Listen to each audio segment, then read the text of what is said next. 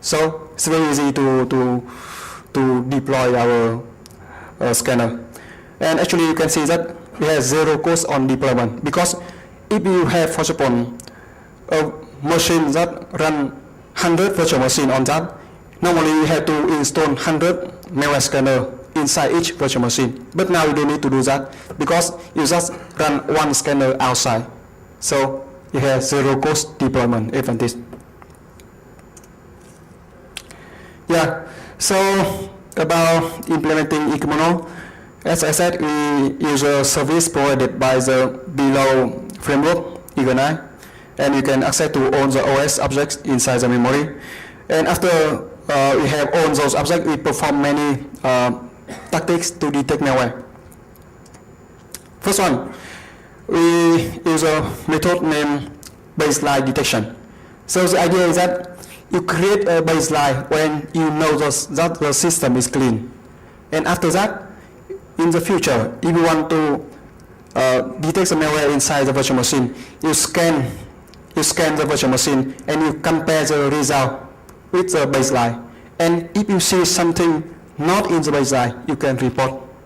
It can be malware.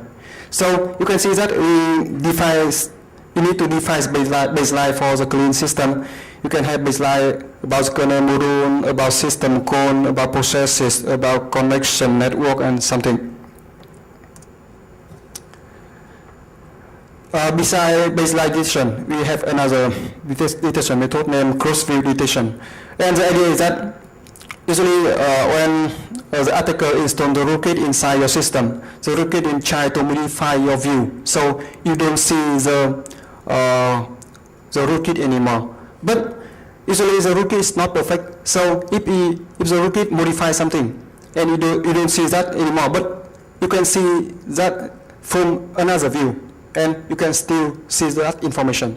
For example, there are some rootkits that try to remove one process from the list of all the processes in the memory. But if you look at the list of all the processes in the memory from different view, you can still sometimes see the different view, different result. And they call this detection method named cross-view detection. So you compare critical system objects from different point of view, and if you see the difference between views, you can see that something's wrong inside the system, and it can be rooted. So far we perform cross-view detection on processes, threads, DNN, kernel modules, network connection, and the port. The third detection method we employ in eKimono is black and whitelist checking. So the blacklist detection is very simple. You know for sure that if you see something inside your system, you know that that's rootkit, that's malware. For example, some well-known malware can install some well-known kernel module inside the system. So when you see the list of on the kernel module and you see one that is well-known from malware, you can see that your system is infected, right? So basically, blacklist detection method, we list on the known bad object, and if you see something in the blacklist, you can report as malware. But you can see that sometimes we still have many false positives, so we have another checking named whitelist. So in the whitelist, you list all the exception that should not be reported. So you can use whitelist checking to eliminate many false positives that the malware scanner can report. And the final detection we use in eKimono is named abnormal behavior detection. So basically that the rootkit can modify your system in many places, in many critical places. First of all, it can modify the import arrestable, export arrestable inside processes, inside kernel module, inside the DNN, inside they can modify system code. So the idea is that if you see the information that should not be like what it is, you can report. For example, Normally the system call on the system call arrest should point to one kernel module inside the Windows. And when you check on the system call, and if you see one system call point to somewhere else, not into that kernel module, you can report, right? Because that's abnormal things. And you can do the same detection on the other cap things like IDT, GDT, import arrestable, export arrestable, and many other things. And here's a detection model. You run the baseline detection first, but actually baseline detection can be optional because in fact you don't always have baseline. So if you don't have baseline, you can ignore this step. But if you have that, you can run baseline detection, and this one can report the malware. And cross-speed detection can also report malware. Behavior detection can report malware. Blacklist, whitelist detection can report malware as well. So you can perform many detection, and each detection can report malware for you. So we have many detection like that because we want to make sure that if one malware evade one detection, it can be reported by another detection method.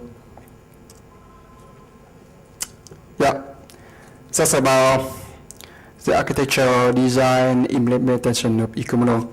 And in the next part, we have some demo, so you can see that eKimono can really detect the malware. So we try to detect some rootkit inside user space and kernel space inside Windows virtual machine.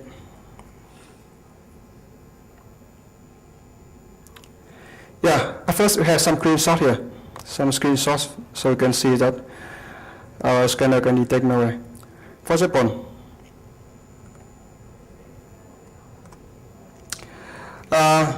here we try to detect a keylogger named init keylogger, and you run a scanner on the host virtual machine and scan the Windows virtual machine. And you can see that if the virtual machine is installed with this keylogger, our scanner can detect that the keylogger installed some new kernel module, which is red on the screen.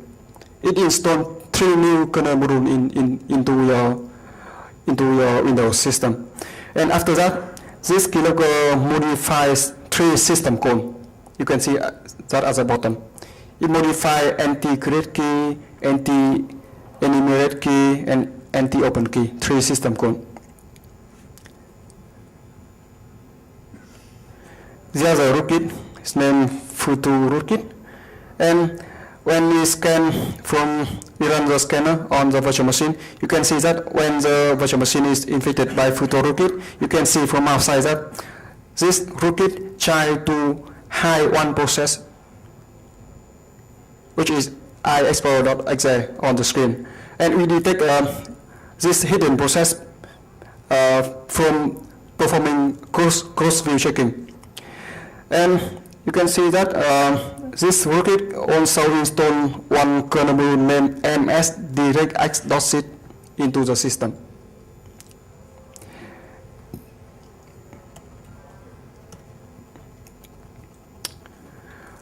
Finally, there's one rootkit named Vanquish rootkit, and we perform when you run the scanner on the virtual machine.